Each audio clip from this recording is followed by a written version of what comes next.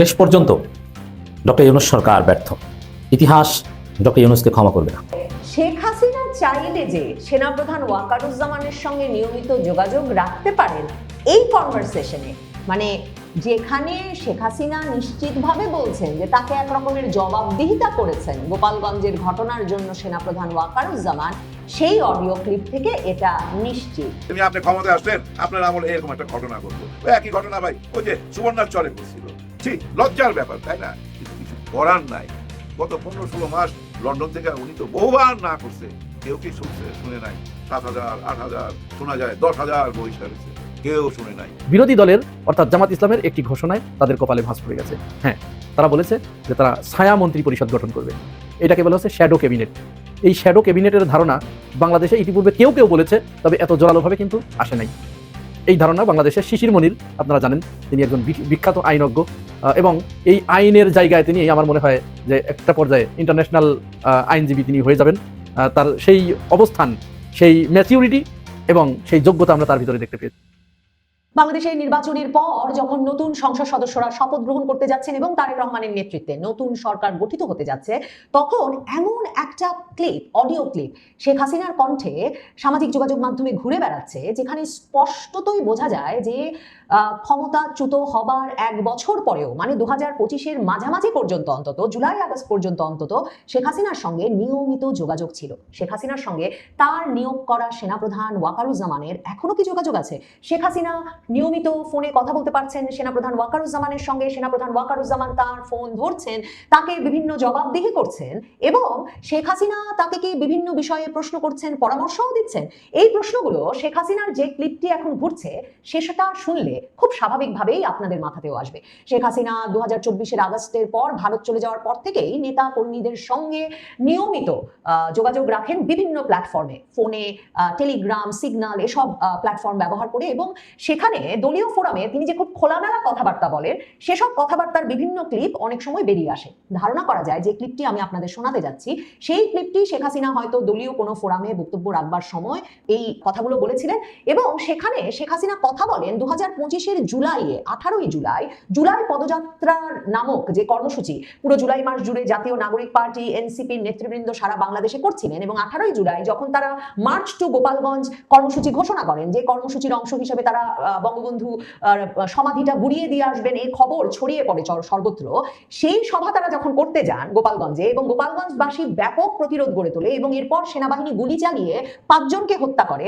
হত্যার পর যে বিপুল পরিমাণ 6,000 মামলা দেওয়া হয় গোপালগঞ্জবাসীর বিরুদ্ধেই, এবং এরপর প্রায় সপ্তাহখানেক ধরে সেনাবাহিনী, নৌবাহিনী, বিমান বাহিনী গোপালগঞ্জবাসীকে অবরুদ্ধ করে রাখে। মামলার প্রেক্ষিতে বিপুল পরিমাণ গোপালগঞ্জের মানুষকে গ্রেফতার করা হয়। শেখ হাসিনা সেই প্রসঙ্গে কথা বলছেন, এবং তিনি দলীয় নেতাকর্মীদের জানাচ্ছেন যে তিনি কথা বলেছিলেন সেনাপ্রধানের সঙ্গে, আর সেনাপ্রধান বলেছেন চাপের মুখে তাকে এসব কাজ করতে হয়েছে। এই অডিও ক্লিপটি শুনলে সেনাপ্রধান এবং শেখ হাসিনার মধ্যকার সম্পর্ক নিয়ে প্রশ্ন না উঠে পারেই না। ঠিক কি ধরনের আলাপ তারা নিয়মিত করছেন, এখনই বা সে আলাপ বন্ধ হয়ে গেছে, তা ভাববার কারণ কি? শুনে আসি শেখ হাসিনা কি বলছেন, সেনাপ্রধান ওয়াকারুজ্জামানের সঙ্গে তার কি আলাপ হয়েছিল। আমি সেনাপ্রধানকে জিজ্ঞেস করেছিলাম যে আপনি এই গোপালগঞ্জে মানুষকে এভাবে হয়রানি করা বা এভাবে মামলা দিলেন কেন? জবাব দিতে পারে না, তার উপরে কি চাপ আছে? সে হলো সেনাপ্রধান, তারপরে চাপটা দিবে কে? সেটা তো প্রশ্ন।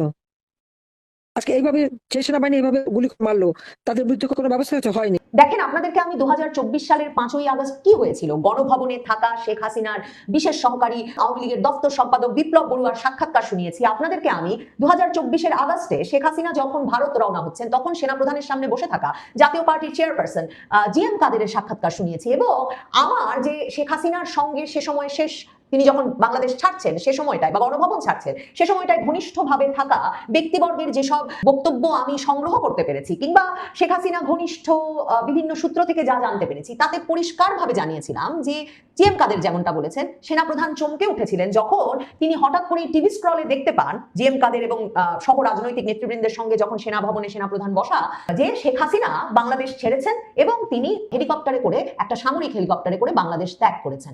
সেনাপ্রধান ওই বৈঠক থেকে একটু পরেই উঠে যান শেখ হাসিনা ঘনিষ্ঠ ব্যক্তিবর্গের কাছে। এই খবর আমি অত্যন্ত বিশ্বস্ত সূত্র মতে এবং নিশ্চিতভাবে জেনেছি যে সেনাপ্রধান ওয়াকারুজ্জামান দ্রুত তখন শেখ হাসিনাকে ফোন করে বলেন যে স্যার, আপনি আমার উপর ভরসা রাখতে পারলেন না। সে সময় সেনাপ্রধানের সঙ্গেও তার অত্যন্ত ঘনিষ্ঠ একজন উপস্থিত ছিলেন ওই কক্ষে। সেনাপ্রধান ওয়াকারুজ্জামান যে শেষ মুহূর্ত পর্যন্ত, মানে শেখ হাসিনা যে সত্যিই রওনা দিয়ে দেবেন এটা জানতেন না, বরং শেখ হাসিনার সঙ্গে, শেখ হাসিনা শেখ রেহানার সঙ্গে সেই সামরিক হেলিকপ্টার যেটি প্রথমে তাদেরকে বিমানবন্দর পর্যন্ত নিয়ে যায়, সেই হেলিকপ্টার থেকে শুরু করে সামরিক বিমানে ভারত পৌঁছানো পর্যন্ত বরং ছিলেন বিমান বাহিনী প্রধান হাসান মাহমুদ খান এবং সাবেক প্রধানমন্ত্রীর সামরিক সচিব জেনারেল কবির আহমেদ। সে কথাও আমি আপনাদেরকে আগে জানিয়েছি। সেনাপ্রধান ওয়াকারুজ্জামান তখন চাইছিলেন যে রাজনৈতিক দলগুলোর সঙ্গে আলাপের মাধ্যমে একটা এমন সরকার গঠন করা যায় কিনা যে সরকার আসলে দায়িত্ব নেবে, সর্বদলীয় একটা সরকার, সবার মেনে নেওয়া একটা সরকার। শেখ হাসিনা পদত্যাগ করবেন এবং তিনি শেখ হাসিনাকে ক্যান্টনমেন্টে নিয়ে গিয়ে কিংবা বাংলাদেশেই রেখে একটা নিরাপত্তা দেওয়ার প্রতিশ্রুতি দিয়ে আসছিলেন। সেনাপ্রধানের কথায় ভরসা করে কোনোভাবেই যে শেখ হাসিনা সেখানে থাকা উচিত হবে না, সেটা যখন একদিকে বারবার বিমান বাহিনী প্রধানের তরফে ভারতের গোয়েন্দা সংস্থা, ভারতের নিরাপত্তা উপদেষ্টাদের বরাতে জানানো হচ্ছিল শেখ হাসিনাকে, পাশাপাশি শেখ হাসিনা কে তার নিরাপত্তা দেওয়ার দায়িত্বে নিয়োজিত এসএসএফ, প্রেসিডেন্ট গার্ড রেজিমেন্ট, তাদের সদস্যরা কোনোভাবেই শেখ হাসিনার আর গণভবনে থাকা উচিত হবে। যখন কিনা সেনাপ্রধান মার্চ টু ঢাকা কর্মসূচি সফল করতে ঢাকার সকল প্রবেশদ্বার খুলে দিয়েছেন, সেনাবাহিনী সরিয়ে নিয়েছেন এবং বিক্ষোভকারীরা গণভবন অভিমুখে আসছে, সে বিষয়টাও আমি আপনাদের জানিয়েছি। এহেন সেনাপ্রধান এর পরেও নাকি অন্তর্বর্তীকালীন সরকারটি যখন গঠন হয়েছে তখনও শেখ হাসিনার সঙ্গে বিশ্বস্ততার সম্পর্ক ধরে রাখতে বারবারই শেখ হাসিনার সঙ্গে ফোনে এবং নানা মাধ্যমে যোগাযোগ অব্যাহত রেখেছেন। আওয়ামী লীগের ঘনিষ্ঠ অনেক সূত্রের বরাতে, সেনাবাহিনীর ঘনিষ্ঠ অনেক সূত্রের বরাতে একথা বারবার আমি জানতে পেরেছি যে সেনাপ্রধান শুধুমাত্র অন্তর্বর্তীকালীন সরকারের গঠনের বিষয়ে শেখ হাসিনার সঙ্গে নিয়মিত আলাপ করছিলেন তাই নয়, ওই যে আসিফ মাহমুদ সজীব ভুইয়া যে বলেছিলেন যে সেনাপ্রধান কিছুতেই রাজি হচ্ছিলেন না ডক্টর ইউনূসকে অন্তর্বর্তীকালীন সরকারের প্রধান করতে, এবং তিনি বলছিলেন হি ইজ আ কনভিক্ট, মানে তিনি অপরাধী, আদালতে অপরাধী হিসেবে তাকে সাব্যস্ত করা হয়েছে। এবং শেষ পর্যন্ত ছাত্র নেতাদের দাবির মুখে তিনি যে বলেছিলেন যে বুকে পাথর চাপা দিয়ে তিনি ইউনূসকে মেনে নিচ্ছেন অন্তর্বর্তীকালীন সরকারের প্রধান উপদেষ্টা হিসেবে, আওয়ামী লীগ ঘনিষ্ঠ অনেক সূত্র, সেনাবাহিনী ঘনিষ্ঠ অনেক সূত্র মনে করে সেনাপ্রধানের ইউনূস নিয়ে এই আপত্তিও আসলে মূলত শেখ হাসিনা ইউনূস বিষয়ে ব্যাপক আপত্তির কারণে। তার মানে সেনাপ্রধান কিন্তু এই পুরোটা সময় জুলাই পর্যন্ত বা আগস্ট পর্যন্ত 2025-এর অন্তত শেখ হাসিনার সঙ্গে ঘনিষ্ঠ যোগাযোগ রেখে গেছেন এবং তার সঙ্গেও একটা বিশ্বস্ততার সম্পর্ক মেনটেন করেছেন, বজায় রেখেছেন, যেখানে তিনি শেখ হাসিনাকে জানিয়েছেন যে তার উপর চাপ থাকায় তাকে গোপালগঞ্জে গুলি চালাতে হয়েছে এবং তার উপর চাপ থাকায় তিনি গোপালগঞ্জে এই পরিমাণ মামলা করেছেন। কাজেই ওই যে সেনা ঘনিষ্ঠ সূত্র কিংবা আওয়ামী লীগ সূত্রে গত কয়েক মাসে যেটা জানতে পেরেছি যে শেখ হাসিনা আসলে গোপালগঞ্জের ওই ঘটনার পর থেকে সেনাপ্রধানের বিষয়ে প্রথম মুখ খুলতে শুরু করেন। এর আগে সেনাপ্রধান যে কু করেছেন, সেনাবাহিনী যে আসলে সরকারের নির্দেশনার বাইরে গিয়ে মার্চ টু ঢাকা সফল করেছে, সেনাপ্রধান যে চেষ্টা করছিলেন শেখ হাসিনাকে দেশে রেখে দিয়ে সম্ভবত তাকে একটা জীবনের ঝুঁকির মুখে ফেলতে, এবং ভাগ্যিস বিমান বাহিনী প্রধান, এসএসএফ, প্রেসিডেন্ট গার্ড রেজিমেন্ট এবং ভারত থেকে এই পরামর্শ বারবার আসছিল যে শেখ হাসিনাকে গণভবন ছাড়তেই হবে, সে কারণেই এখনো শেখ হাসিনা বেঁচে আছেন। সে বিষয়গুলো শেখ হাসিনা গোপালগঞ্জ ঘটনার পর প্রথম নানাভাবে ব্যাখ্যা করতে শুরু করেন। তার মানে সেনাপ্রধান ওয়াকারুজ্জামান এখনো শেখ হাসিনার সঙ্গে কতটা বিশ্বস্ততার সম্পর্ক ধরে রেখেছেন বলা মুশকিল। তবে শেখ হাসিনা চাইলে যে সেনাপ্রধান ওয়াকারুজ্জামানের সঙ্গে নিয়মিত যোগাযোগ রাখতে পারেন এই কনভারসেশনে, মানে যেখানে শেখ হাসিনা নিশ্চিতভাবে বলছেন যে তাকে এক রকমের জবাবদিহিতা করেছেন গোপালগঞ্জের ঘটনার জন্য সেনাপ্রধান ওয়াকারুজ্জামান, সেই অডিও ক্লিপ থেকে এটা নিশ্চিত। দেখেন, শেখ হাসিনার আরেকজন যে গুরুত্বপূর্ণ রাষ্ট্রের সর্বোচ্চ পদে আসীন যে ব্যক্তিটিকে শেখ হাসিনা নিয়োগ করে এখন পর্যন্ত সে পদে আসীন রাখতে পেরেছেন, সেই ব্যক্তির নাম শাহাবুদ্দিন চুপ্পু। রাষ্ট্রপতি শাহাবুদ্দিন চুপ্পু যে এখন পর্যন্ত রাষ্ট্রপতি পদে থাকতে পেরেছেন সেটা নিশ্চিত করার ক্ষেত্রেও তিন বাহিনী প্রধান কিন্তু গুরুত্বপূর্ণ ভূমিকা রেখেছেন। তারা সবসময় রাষ্ট্রীয় সকল কাজে অবহিত করেছেন রাষ্ট্রপতি চুপ্পুকে, তারা নিয়মিতভাবে বঙ্গভবনে গিয়ে সাক্ষাৎ করেছেন, বঙ্গভবনের রাষ্ট্রীয় সামাজিক অনুষ্ঠানে অংশ নিয়েছেন। যখন ইউনূস সহ উপদেষ্টাদের কেউ সেখানে অংশ তো নেয় নাই, বরং 2024-এর অক্টোবরে হাসনাত আব্দুল্লাহরা নেমে পড়েছিলেন 48 ঘন্টার মধ্যে রাষ্ট্রপতি চুপ্পুকে পদচ্যুত করার দাবি নিয়ে বঙ্গভবন ঘেরাও করে। সেই জায়গা থেকে এখন পর্যন্ত যে রাষ্ট্রপতি শাহাবুদ্দিন চুপ্পু টিকে যেতে পেরেছেন, তারেক রহমানের নেতৃত্বাধীন মন্ত্রিসভাকে তিনি মঙ্গলবার দিন শপথ গ্রহণ করাবেন, কারণ এখন মনে হচ্ছে বিএনপিও কিন্তু বরাবর সেদিক থেকে সেনাবাহিনীকে এবং রাষ্ট্রপতিকে একরকমের সমর্থন দিয়েছে যাতে শাহাবুদ্দিন চুপ্পুকে সরিয়ে ফেলে একটা বিপ্লবের সরকার ছাত্ররা গঠন করে ফেলতে না পারে। সেই শাহাবুদ্দিন চুপ্পু যখন নির্বাচনের তফসিল ঘোষণার দিন রয়টার্সকে সাক্ষাৎ সাক্ষাৎকার দিয়ে জানিয়েছিলেন যে তিনি নির্বাচনের পরেই সরে যাবেন, কারণ ইউনূস সরকার তাকে ভীষণভাবে অপমান করে গেছে এই 18 মাস ধরে। তখন শাহাবুদ্দিন চুপ্পুকে কিন্তু রয়টার্স জিজ্ঞেস করেছিল যে আপনার সঙ্গে কি শেখ হাসিনার যোগাযোগ হয়। শাহাবুদ্দিন চুপ্পু রাষ্ট্রপতি তার কোনো সরাসরি উত্তর না দিয়ে রয়টার্সকে বলেছিলেন যে তিনি রাষ্ট্রপতি পদে আসীন হওয়ার পর থেকেই নিরপেক্ষভাবে তার সাংবিধানিক দায়িত্ব পালন করে যাচ্ছেন। সেনাপ্রধান ওয়াকারুজ্জামানকে তার সঙ্গে নিয়মিত আওয়ামী লীগ সভানেত্রী শেখ হাসিনার যোগাযোগ হয় কিনা সে প্রশ্ন করবার সাংবাদিকদের সঙ্গত কারণেই, মানে দেশি বিদেশি কোনো সাংবাদিকের সঙ্গত কারণে সুযোগ হয় নাই বা হবে কিনা বলা যাচ্ছে না। তবে নিশ্চিতভাবেই শেখ হাসিনার সঙ্গে ওয়াকারুজ্জামানের দীর্ঘ সময়ের যোগাযোগের প্রমাণ শেখ হাসিনার এই অডিও ক্লিপ এখনো যোগাযোগ আছে কিনা সে সন্দেহ নিশ্চয়ই করতে হয়, কারণ নিশ্চিতভাবে ওয়াকারুজ্জামানের ক্ষেত্রেও তিনি কিভাবে আসলে এক্সিট নেবেন, তার নিরাপত্তা কি করে নিশ্চিত হবে। তিনি হয়তো গত কমাসে বিএনপি জামাত যাকেই যা সার্ভিস দিয়ে থাকুন না কেন বা ইউনূস সরকারকে তিনি যতই মানে আশকারা দিয়ে থাকুন, সমর্থন দিয়ে তাদেরকে একটা মবের রাজত্ব কায়েম করার সুযোগ দিন না কেন, কিংবা তিনি মার্চ টু ঢাকা ঘটতে দিয়ে শেখ হাসিনা সরকারের পতন ঘটাতে দিন না কেন, তিনি জানেন শেষ পর্যন্ত তার নিরাপত্তা নিশ্চিত করতে শেখ হাসিনার রাজনৈতিক শক্তি, শেখ হাসিনার কৌশল গুরুত্বপূর্ণ ভূমিকা রাখতে পারে। সেনাপ্রধান ওয়াকারুজ্জামান সম্ভবত সে কারণেই শেখ হাসিনার সঙ্গে গোপন যোগাযোগ অব্যাহত রেখেছে। আপনি ক্ষমতায় আসলেন, আপনার আমলে এরকম একটা ঘটনা ঘটলো, ওই একই ঘটনা ভাই ওই যে সুবর্ণার চরে ঘটছিল। ঠিক লজ্জার ব্যাপার, তাই না? কিন্তু কিছু করার নাই। গত 15-16 মাস লন্ডন থেকে উনি তো বহুবার না করছে, কেউ কি শুনছে? শুনে নাই। 7,000 8,000 শোনা যায়, 10,000 বহিষ্কার হয়েছে, কেউ শুনে নাই। 200-র উপরে মৃত্যু হয়েছে, কেউ কি কোনো কথা রাখছে? রাখে নাই। এখন উনি ক্ষমতায় আসার পর যদি একই ঘটনা ঘটে, ওনার বদনাম হচ্ছে না, ওনার কলঙ্ক হচ্ছে না, ওনার দল কি এটা বুঝে না? দেখেন 5ই আগস্টের আগে এই 11 দল মানে জামাত ইসলাম, বিএনপি এরা মিলেই কিন্তু আওয়ামী লীগকে তাড়াইলো এই দেশ থেকে, তাই না? ঠিক নির্বাচনে ফলাফল দেওয়ার পর হঠাৎ করে আওয়ামী লীগ আর ওনারা এক হয়ে যায়। এই যে আক্রমণটা, এই আক্রমণের পিছনে কিন্তু ওই এক হওয়াটা, এটা মাথায় রাখেন। বিভিন্ন জায়গায় অফিস উদ্বোধন হইতেছে, আবার ছবি লাগাইতেছে। আজকে দেখলাম আবার এই 32 নম্বরে এক স্যার, ঢাকা বিশ্ববিদ্যালয়ের এক টিচার যায় এখানে হাজির, ওনার আবেগ উপচায়া পড়তেছে। আরে ভাই ধৈর্য ধরেন, আরো অনেকেই যাইতেছে এই 32-এর দিকে। এখন যাওয়ার দরকার ছিল না, মানুষের ভিতরে তো তৈরি হইতেছে 32 নিয়ে আবেগ তৈরি হইতেছে। বুঝেন না কেন? ফজলুর রহমান সাহেব, বীর মুক্তিযোদ্ধা ফজলুর রহমান সাহেব, উনি পাশ করছে। উনি পাশ করা মানে কি? 71-এর জয়। উনি তো 71-এর কারণেই পাশ করছে। ওই 32 নম্বর এই ফজলুর রহমান সাহেব নিজের হাতে ঠিক করে দিবে। আপনারা চিন্তা করতেছেন কেন? এখনই যাইতে হবে কেন? মানুষের ভিতরে আরো আবেগ তৈরি হইতে দেন না। উনি তো বলছে, মানে তারেক রহমান সাহেব বলছেই তো, পুতুল এবং সজীব ওয়াজেদ জয় ওনারা আসতে পারবে। হ্যাঁ, ওনারা আসবে একটা দিন, ওই দিনের তো অপেক্ষা করবেন। এখন আবেগ দিয়া ডাইলা দিয়া এই সরকারে এটা বিপদে ফালাইতেছেন, তো বৌরমান প্রশ্নের মুখে ফালাই দিতেছেন। এর মধ্যে শুনতেছি মোদিজি আসবেন, এটা নিয়ে অনেক কথা, অনেক রকম প্রশ্ন।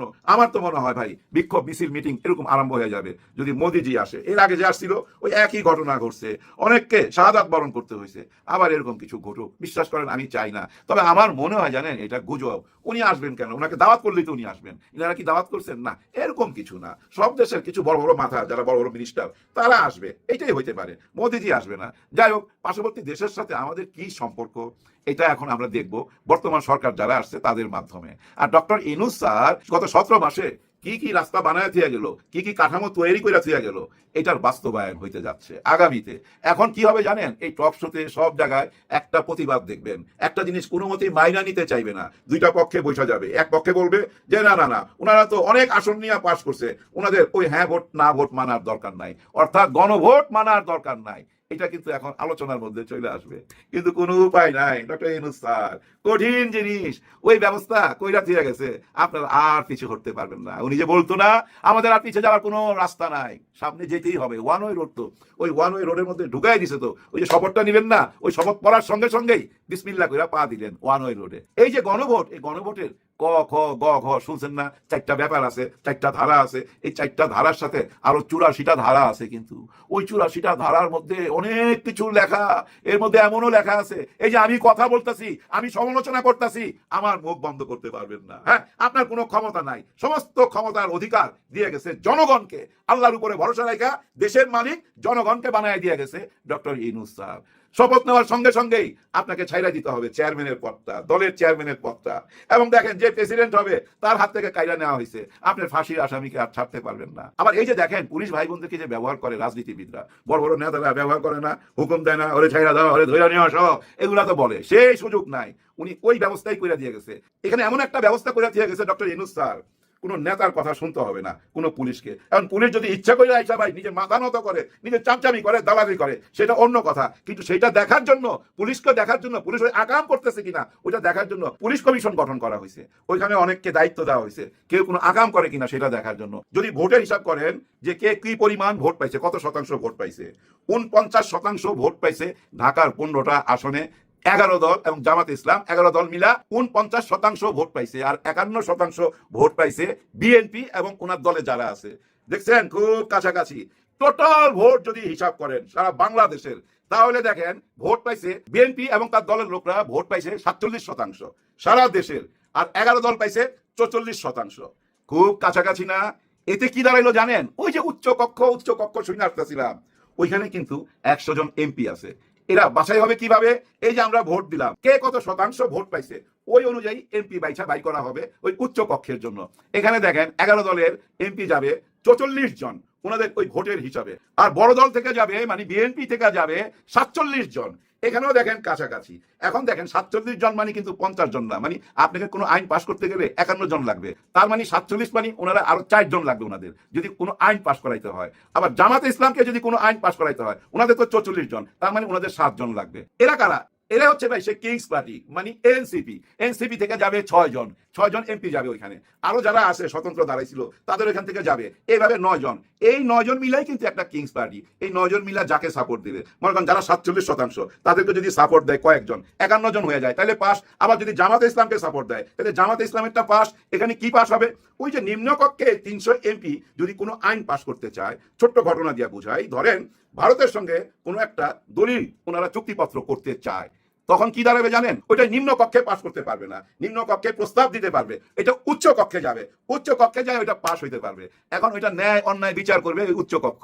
হুট করে আপনি পাশ করাইতে পারবেন না, হুট করে ইচ্ছা করলে যা ইচ্ছা তাই করতে পারবেন না। যেমন আগের সরকার করছিল যে তত্ত্বাবধায়ক সরকার মানি না, এমপিরা সই করে দিছে, আদালত ওইটা পাশ হয়ে গেছে, আদালত ওই সুযোগ পাবে না, এমপিরা ওই কথা বলতে পারবে না, বললে ওইটা উচ্চ কক্ষে যাবে। তার মানে কোনো চিন্তার কিছু নাই। ওই যে প্রথমেই বললাম না, doctor Yunus sir the brain, উনি উনার 17 মাস 18 মাস জীবনের মূল্যবান সময়টা এমন ভাবে ব্যয় করে গেছে, এমন ভাবে একটা প্ল্যাটফর্ম তৈরি করে গেছে, এমন একটা রাস্তা তৈরি করে গেছে, ওই রাস্তা দিয়ে সবাইকে হাঁটতে হবে, পিছনে যাওয়ার কোনো সুযোগ নাই। আর ওই রাস্তা দিয়ে হাঁটতে হাঁটতে কি দেখবেন জানেন? দিনকে দিন একটা নতুন বাংলাদেশ ফুটে উঠবে। কেউ কোনো রকম রাজারি স্বৈরাচারী হইতে পারবেন না। শপথ নেওয়ার পর দিন থেকেই এটা মাথায় রাখেন, ঘাবড়াবার কিছু নাই। হয়েছে কি জানেন? কোনো দলের মধ্যে যদি মনে করেন আমি একটা দল চালাই, আমাকে যদি কেউ না মানে ওই দলটা আমি চালাইতে পারুম না। আমাকে এমন কঠিন অবস্থায় যাইতে হবে যেন আমাকে সবাই মানে। কিন্তু সবচেয়ে বড় কথা, সবচেয়ে বড় প্রশ্নটা রাইখা চলে যেতেছি। দেখেন তারেক রহমান সাহেব নিশ্চয়ই শপথ নেওয়ার পর দিন থেকে ওই ডেভিল হান্ট 2কে ডেভিল হান্ট 3 নাম দিয়া বা নতুন কোন নাম দিয়া নিশ্চয়ই একটা চিরুনি অপারেশন চালাবে। যদি অপারেশন না চালায় ওনার এই দল ওনাকেই বদনাম করে দিবে, ওনাকে কলঙ্কিত করে দিবে। আপনারা লেখা রাখেন, বিএনপি শত্রু বিএনপি, অন্য কোনো শত্রু দরকার হবে না। আগামী 5 বছর দেশ চালানো এত সহজ হবে না, অনেক কঠিন হবে। কারণ কি জানেন?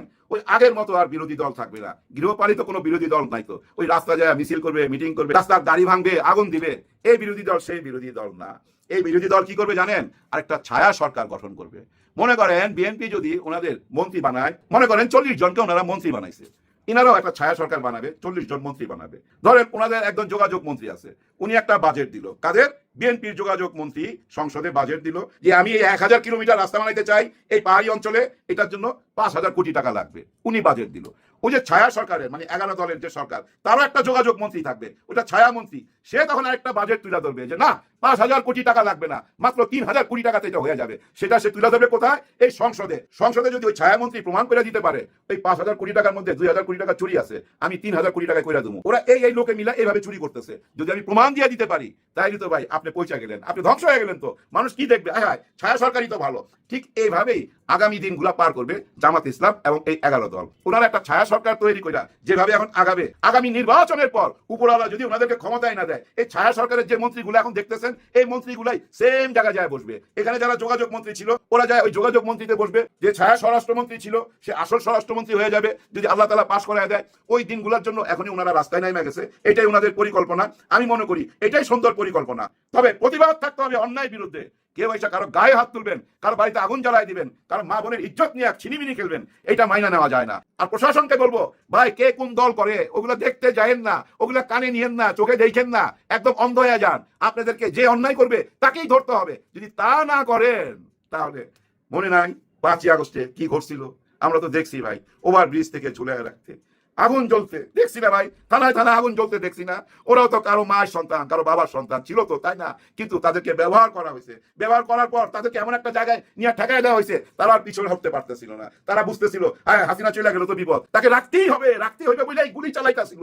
গুলি চালায় কি পাইছে দেখেন, পুরো পরিবার গুলো ধ্বংস হয়ে গেছে। সে পথে কেউ যায় না, জুলাইকে কেউ ভুলে যাওয়ার চেষ্টা করেন না। জুলাই কারণে আজকে আপনারা এই নির্বাচন কইরা সরকার গঠন করতে পারছেন। শুধু এইটুকুই মনে রাখলেই হবে, আর বেশি কিছু মনে রাখার দরকার নাই। আর একটুখানি কাজ করতে হবে, কি সেটা জানেন? আপনাদের লোকগুলা থামাইতে হবে, এই জুলুমবাজগুলোরে থামাইতে হবে। এদের অত্যাচারে দেশবাসী অতিষ্ঠ হয়ে যাচ্ছে। আর কিছু বলতে চাই না, এইটুকু বুঝে নিলেই আমি মনে করি সত্যের পথে যাইতে পারবেন, দেশটা সঠিক পথে নিতে পারবেন। ভাই সবার জন্য মঙ্গল কামনা করতে হবে, অন্যের অমঙ্গল কামনা করতে নাই। অন্যের অমঙ্গল কামনা করলে নিজের অমঙ্গল হয়। সবাই মঙ্গল কামনা করে বিদায় নিতে চাই। সবার জন্য সবাই দোয়া করবেন। আল্লাহ হাফেজ। শেষ পর্যন্ত ডক্টর ইউনূস সরকার ব্যর্থ। ইতিহাস ডক্টর ইউনূসকে ক্ষমা করবে না। দর্শক, ইউনূস সরকার রক্তের উপর দাঁড়িয়ে, শহীদদের উপর দাঁড়িয়ে কায়েমকৃত একটা সরকার। তাদের উপর অনেক প্রত্যাশা ছিল, বিশেষ করে সংস্কারের প্রত্যাশা ছিল জনগণের, যে সরকার সংস্কার করে দিয়ে যাবে।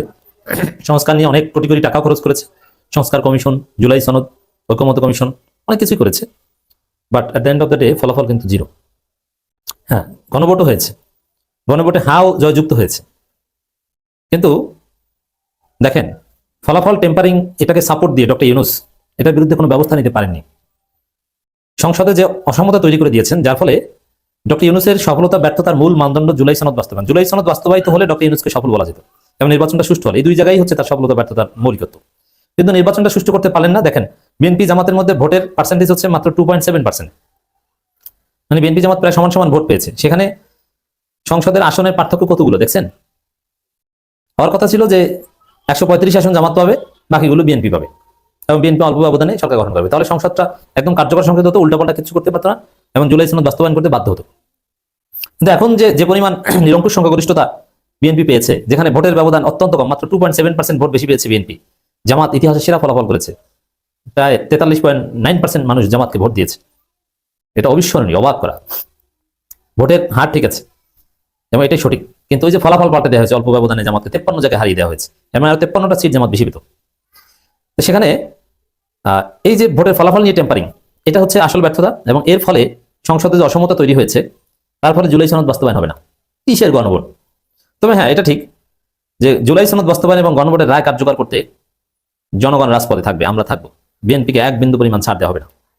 অতি দ্রুত সময়ের মধ্যে এটা করতে বাধ্য করা হবে, কিন্তু তারা করতে চাইবে না। এটা অনিশ্চিত থেকে যায়। তো এই যে এটি তো ব্যর্থতা যে আমাদের রাজপথে আন্দোলন করে ঘাট ধরে বিএনপিকে বাধ্য করতে হবে কেন? ইউনূস সরকার এটা নিশ্চিত করে যেতে পারতো, এটা নিয়ে হোক, বা তারা সেটা পারেনি।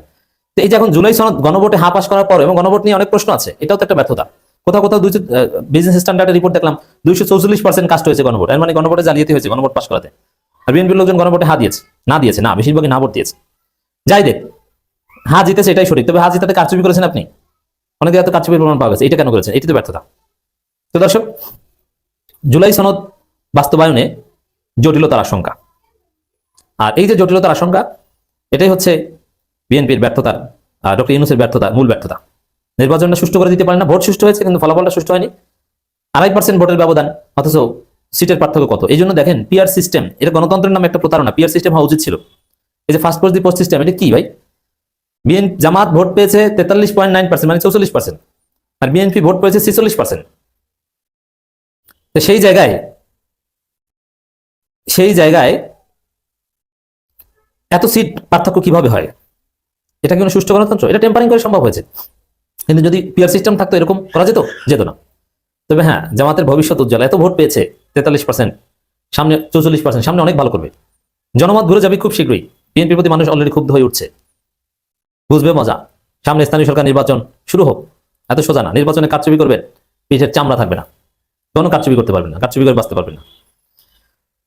হোয়াটএভার, শুধু জুলাই সনদে যতটুকু সংস্কার বিষয়ে একমত হয়েছে, যেটা সাইন্ড হয়েছে, ওইটাও যদি বাস্তবায়ন করতে পারতো ইউনূস, তাহলে ইউনূসকে সত্যিকার অর্থে মানুষ মনে রাখতো। কিন্তু নির্বাচনের দিন সন্ধ্যা পর্যন্ত ইউনূসের নাম ইতিহাসের পাতায় স্বর্ণাক্ষরে লেখা থাকবে, কথা আমরা বলেছি। কিন্তু ফলাফল টেম্পারিং এর পর ইউনূস এতদিনের যে অর্জন ছিল, হ্যাঁ এতদিন অনেক ভালো ছিল, মানুষ মন খুলে সমালোচনা করেছে, স্বাধীনতা উপভোগ করেছে, কারোর মধ্যে কোনো ভয় ছিল না, এটা বিরল। কিন্তু সব অর্জনগুলো ম্লান হয়ে গেছে এবং মানুষ বলছে যে ইউনূস শেষে এই কাজটা না করলেও পারতেন। এখন এটা কি পুরোপুরি ইউনূসের ব্যর্থতা? না, এখানে ইউনূসকেও ব্যর্থ করে দেওয়া হয়েছে ডিপ স্টেট, বা অনেকে ইউনূসের কথা তো শুনতে চাননি। ইউনূসের কমান্ড অনেক জায়গায় কার্যকর ছিল না। আরে ভাই, আপনার কমান্ড কার্যকর না, তাহলে এই অবস্থায় নির্বাচন দিয়েছেন কেন? আপনি নির্বাচন সুষ্ঠু করতে পারবেন না, ফলাফলটা সুষ্ঠুভাবে উঠাতে পারবেন না, আপনি এইভাবে নির্বাচন দিয়েছেন কেন? আপনি চলে যেতেন যে না আমি আর পাচ্ছি না, জনগণকে জানাতেন, জনগণ অ্যাকশন নিত। তো দর্শক দেখেন এই খবরটা, গণভোটে জুলাই সনদ এর পক্ষে জনগণের আসার পর রাজনীতিতে এর প্রভাব কেমন হবে তা নিয়ে চলছে জল্পনা। বিএনপি একক সংখ্যাগরিষ্ঠতা সরকার গঠন করতে যাওয়ায় জুলাই সনদ বাস্তবায়ন কিছুটা জটিলতা আশঙ্কা করেছে বিশ্লেষকরা। তো বিএনপি স্থায়ী কমিটির সদস্য সালাউদ্দিন আহমেদ বলেন, দলের 31 দফা জুলাই সনদের ভিত্তিতে আগামী রাষ্ট্র পরিচালিত হবে। এবং তারপরেও 31 দফা, এখানে একদম পুরোপুরি জুলাই সনদ এই কথা কিন্তু বলছে না। এবং বিএনপির যে ইশতেহার, সেখানে তো জুলাই সনদের সাথে অনেক কন্ট্রাডিকশন রয়েছে। উচ্চকক্ষে পিআর সিস্টেম তারা করবে না। উচ্চকক্ষে পিআর সিস্টেম করলে তো জামাত বিএনপি প্রায় সমান হয়ে যায় 100 আসনের মধ্যে, কারণ ভোটের পার্সেন্টেজ কিন্তু প্রায় কাছাকাছি। উচ্চকক্ষে পিআর করবে না, এটা নিয়েই তো বিএনপি বেকায়দা করবে। কারণ বিএনপি ইশতেহারে উচ্চকক্ষে পিআর বিরোধিতা করা হয়েছে, উচ্চকক্ষের ক্ষমতাকে তাদের ইশতেহারে কমিয়ে দেওয়ার কথা বলা হয়েছে, যেটা জুলাই সনদের পরিপন্থী। ত্রয়োদশ জাতীয় সংসদ নির্বাচনের সঙ্গে অনুষ্ঠিত গণভোটে অংশ নেন 7,06,40,056 জন ভোটার, যা মোট ভোটারের 60.26%। এত মানুষ মানে যারা ভোট দিয়েছে তাদের মধ্যে মানে 60 পয়েন্ট, তাহলে একটা বড় অংশ গণভোটে না ভোট দিয়েছে। তারা কারা? তারা বিএনপি। আওয়ামী লীগ ভোট দিতে এসেছে বলে মনে হয় না, আওয়ামী লীগের কিছু লোক ভোট দিতে এসেছে। নির্বাচন কমিশনের তথ্য মতে সনদের পক্ষে হা ভোট করেছে 68.07% এবং যেটা 4,80,00,000, তাহলে 4,80,74,422, আর না ভোট করেছে 31.93%। এরা কারা? এরা বিএনপি। 2,25,00,000 মানুষ না ভোট দিয়েছে, 2,25,65,627টি। দে আর বিএনপি। এর মানে কি তাদের এটা নিয়ে দুর্বিসন্ধি আছে? তো এখন শুরুতে বলছে যে অক্ষর অক্ষরে পালন করবো, এক পর্যায়ে বলবে সম্ভব হচ্ছে না। সংসদ গঠন করেছেন কি জন্য? সংসদে সিদ্ধান্ত নিয়েছে, সংসদে তো তারা যেটা বলবে ওইটি পাস, তাদের 2/3 মেজরিটি আছে, বলবে যে সংসদ সিদ্ধান্ত নিয়েছে এইটাই ভাবে। তখন এই জুলাই সনদ গণভোট ও মুক্তমুখীগুলো কিছু বলে, এমনকি গণভোটকেও তারা সরিয়ে দিতে পারে। এমন ভারতের অ্যাসাইনমেন্ট আছে বিএনপির প্রতি যে গণভোটকে বাতিল করে দাও, এগুলো কিছু না। সংসদ গ্রহণ করেনি, আমরা কি করবো? আসলে কিছু করা থাকবে না। আর গণভোট এই জুলাই সনদ অর্থাৎ জামাত ইসলামের একটি ঘোষণায় তাদের কপালে ভাঁজ পড়ে গেছে। হ্যাঁ, তারা বলেছে যে তারা ছায়া মন্ত্রী পরিষদ গঠন করবে। এটাকে বলা হচ্ছে শ্যাডো ক্যাবিনেট। এই শ্যাডো ক্যাবিনেটের ধারণা বাংলাদেশে ইতিপূর্বে কেউ বলেছে, তবে এত জোরালোভাবে কিন্তু আসে নাই। এই ধারণা বাংলাদেশের শিশির মনির, আপনারা জানেন তিনি একজন বিখ্যাত আইনজ্ঞ, এবং এই আইনের জায়গায় তিনি আমার মনে হয় যে একটা পর্যায়ে ইন্টারন্যাশনাল আইনজীবী তিনি হয়ে যাবেন। তার সেই অবস্থান, সেই ম্যাচিউরিটি এবং সেই যোগ্যতা আমরা তার ভিতরে দেখতে পেয়েছি। তো তিনি এই শ্যাডো ক্যাবিনেটের ঘোষণা এনেছেন। এই শ্যাডো ক্যাবিনেটটা বিশ্বের অন্যান্য দেশে, উন্নত দেশে, আমি সেই দেশের নামগুলো বলছি যেখানে আছে, সেই দেশগুলোর অবস্থা আপনারা একটু নাম শুনলেই বুঝতে পারবেন। প্রথমত অস্ট্রেলিয়ায়, দ্বিতীয়ত যুক্তরাজ্য অর্থাৎ যেটা ব্রিটেন, তৃতীয়ত নিউজিল্যান্ড, কানাডা, আয়ারল্যান্ড, এই দেশগুলোতে পুরাপুরিভাবে ছায়া ক্যাবিনেট আছে। ছায়া ক্যাবিনেট মানে বিরোধী দল সরকারি দলের পিছনে সরকারি দলের যে ক্যাবিনেট থাকে, যে মন্ত্রণালয় থাকে, বিরোধী দল সরকারি দলের সমস্ত কার্যক্রমকে পরখ করার জন্য, তাদের ভুলগুলো ধরে দেওয়ার জন্য সেই মন্ত্রণালয়ের একজন করে মন্ত্রী তারা নিয়োগ দেয়। এটি বেসরকারি, এটার কোনো সরকারি কোনো বৈধতা থাকে না। তবে তারা ওই মন্ত্রণালয়ের যে মন্ত্রী থাকেন সেই মন্ত্রীর পিছনে তাকে লাগিয়ে দেওয়া হয়। যেমন উদাহরণস্বরূপ আমি বলি, মনে করেন বিএনপি সরকার গঠন করলো এবং অর্থমন্ত্রী দিল একজনকে। অর্থমন্ত্রীর কাজ কি? তিনি বাজেট পেশ করেন, বাংলাদেশের অর্থ পরিকল্পনা এগুলো তিনি দেখেন। ঠিক বিরোধী দল থেকে অর্থাৎ জামাত ইসলামের পক্ষ থেকে 11 দলীয় জোট থেকে একজন অর্থমন্ত্রী, ছায়া অর্থমন্ত্রী নিয়োগ দেওয়া হবে। তিনি কি করবেন? সরকারি দল যে বাজেট প্রণয়ন করলেন, এই বাজেটের যে ভুলগুলো আছে, এই বাজেট কি জনবান্ধব নাকি জনবিরোধী? এই বাজেট বাংলাদেশের জন্য কতটুকু বাস্তবায়নযোগ্য, কতটুকু বাস্তবায়নযোগ্য নয়, এটি কি অলীক নাকি বাস্তবসম্মত? এই বিষয়ে বিরোধী দলের ওই মন্ত্রী, তিনি ছায়া মন্ত্রী, তিনি ব্যাপকভাবে পড়ালেখা করবেন এবং জনবান্ধব বিকল্প আরেকটি বাজেট তৈরি করে জনগণের সামনে উপস্থাপন করবেন। উদাহরণস্বরূপ মনে করেন সরকারি দল 2 লক্ষ কোটি টাকার বাজেট ঘোষণা করলো এবং তারা কোন খাতে কত বরাদ্দ সেটি দেখালো। ছায়া মন্ত্রী তিনি বলেন যে না, এই খাতে এত বরাদ্দ লাগবে না, এর চেয়ে কম বাজেটেই আমাদের এই খাতে এত বরাদ্দ দিলে ওই কাজ করা সম্ভব, এবং তিনি এইটার সপক্ষে ডিটেলস ডকুমেন্টস হাজির করবেন। মনে করেন যিনি এলজিআরডি মন্ত্রী, তিনি বিভিন্ন রাস্তাঘাট, অবকাঠামো, ব্রিজ, কালভার্ট এগুলো যখন প্রস্তুত করার জন্য একটা বাজেট তিনি দিলেন, একটা ব্রিজ তিনি নির্মাণ করবেন, সেখানে বরাদ্দ দেওয়া হলো মনে করেন 1000 কোটি টাকা।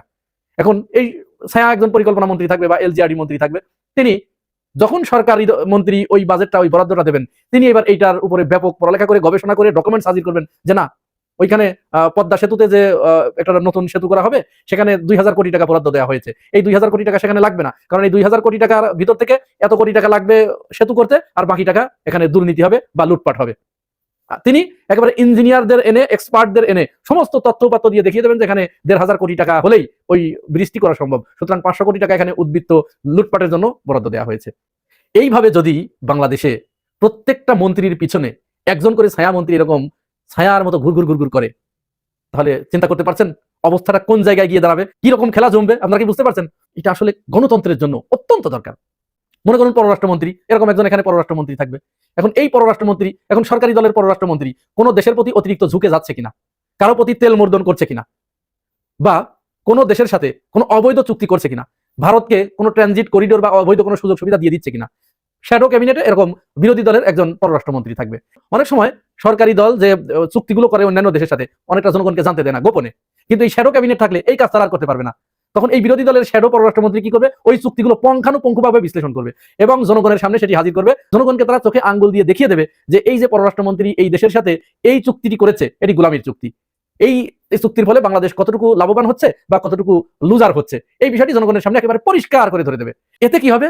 এই যে ছায়া মন্ত্রী, তিনি যে সরকারি মন্ত্রীগুলোর সাথে সাথে এগিয়ে যাচ্ছেন, এখানে চমৎকার একটা খেলা কিন্তু লুকিয়ে আছে। বিরোধী দল সরকারি দলের মন্ত্রীর পিছনে পিছনে ঘুরতে ঘুরতে তিনি কিন্তু একই সাথে ওই বিষয়গুলোতে এক্সপার্ট হয়ে যাচ্ছেন, একেবারে মানে ক্ষমতায় যাওয়ার আগেই এক্সপার্ট হয়ে যাচ্ছেন। যেমন মনে করেন বিএনপি 30 সদস্যের মন্ত্রিসভা গঠন করার একটা চিন্তা ভাবনা করছে, তারেক রহমান ঘোষণা দিয়েছেন। এখন 30 সদস্যের মন্ত্রিসভা যদি থাকে, এখানেও বিরোধী দলের অর্থাৎ জামাত এবং এনসিপির 30 জন ছায়া মন্ত্রী থাকবে। তাহলে এই 30 জন কিন্তু ওনার পিছনে যেতে যেতে, ওনাকে অনুসরণ করতে করতে, ওনাকে গবেষণা করতে করতে, ওই সেক্টরগুলো নিয়ে ব্যাপক গবেষণা করতে করতে তার কিন্তু অটোমেটিক্যালি ওই জিনিসগুলো একেবারে নখদর্পণে চলে আসলো ক্ষমতায় আসার আগেই। তাহলে তিনি যখন ক্ষমতায় আসবেন, এই লোকগুলোই যে ওই মন্ত্রণালয়ে বসে পড়বেন। তাহলে আগে থেকেই ব্যাস মানে ক্ষমতায় না এসেও মন্ত্রণালয়ের দায়িত্ব না পেয়েও তিনি মন্ত্রিত্বের পুরো অভিজ্ঞতা অর্জন করে ফেললেন। এখন এই বিরোধী দলের শ্যাডো মন্ত্রীরা, ছায়া মন্ত্রীরা যখন সরকারি দলের ওই মন্ত্রীদের পিছনে ঘুরঘুর করবে, বলেন ওদের চোখে ঘুম থাকবে? ও আর ওই সারা রাত ধরে ঘুমাইয়ে সকালবেলা বাজেট নিয়ে সংসদে যাবে না, ওকে ঘুম হারাম করতে হবে। কারণ ওর মাথার ভিতরে তখন থাকবে যে আমার পিছনে একজন আছে, এখানে এলোমেলো করলেই আমার পিছনে সে জনগণকে আমার থেকে উত্তমটা, আমার থেকে বেটারটা মানুষের সামনে হাজির করবে, তখন তো আমার জারি জুরি ফাঁস হয়ে যাবে। পরিকল্পনা মন্ত্রী তিনি চিন্তা করবেন, মানে গভীরভাবে অধ্যয়ন করবেন এবং তিনি চিন্তা করবেন যে এখানে যদি একটু এলোমেলো করছি, তাহলে তো আমার যে ছায়া আছে সে তো জনগণের কাছে সঠিকটা যখন তুলে ধরবে, জনগণ তো ওটা গ্রহণ করে ফেলবে, তখন তো আমার সরকারি দলের 12টা বেজে যাবে। পররাষ্ট্রমন্ত্রীও ঠিক একই চিন্তা করবেন। এই যে জামাত ইসলামের পরিকল্পনা, এই পরিকল্পনাকে সাধুবাদ না জানিয়ে পারছি না। তাদের ভিতরে যে কিছু ম্যাচিউরিটি আসছে, তারা যে রাজনীতিতে নতুন একটি বন্দোবস্ত চালু করতে যাচ্ছে, বাংলাদেশের রাজনীতিকে নতুন একটা ধারায়, নতুন একটা গতিতে এগিয়ে নিয়ে যেতে চাচ্ছে, এটি বোঝা যাচ্ছে। এবং কেডার ভিত্তিক রাজনীতি থেকে জামাত ইসলাম যে বের হয়ে এসে গণমুখী রাজনীতির দিকে প্রবেশ করেছে, এর জন্য সাধুবাদ। আগামী 5 বছরে দেখবেন জামাত ইসলামের যে এমপি গুলো হয়েছে, এরা কেমন অভিজ্ঞ হয়ে ওঠে আপনারা দেখতে পাবেন এবং সামনের নির্বাচনে এরা এর ফল অবশ্যই পাবে।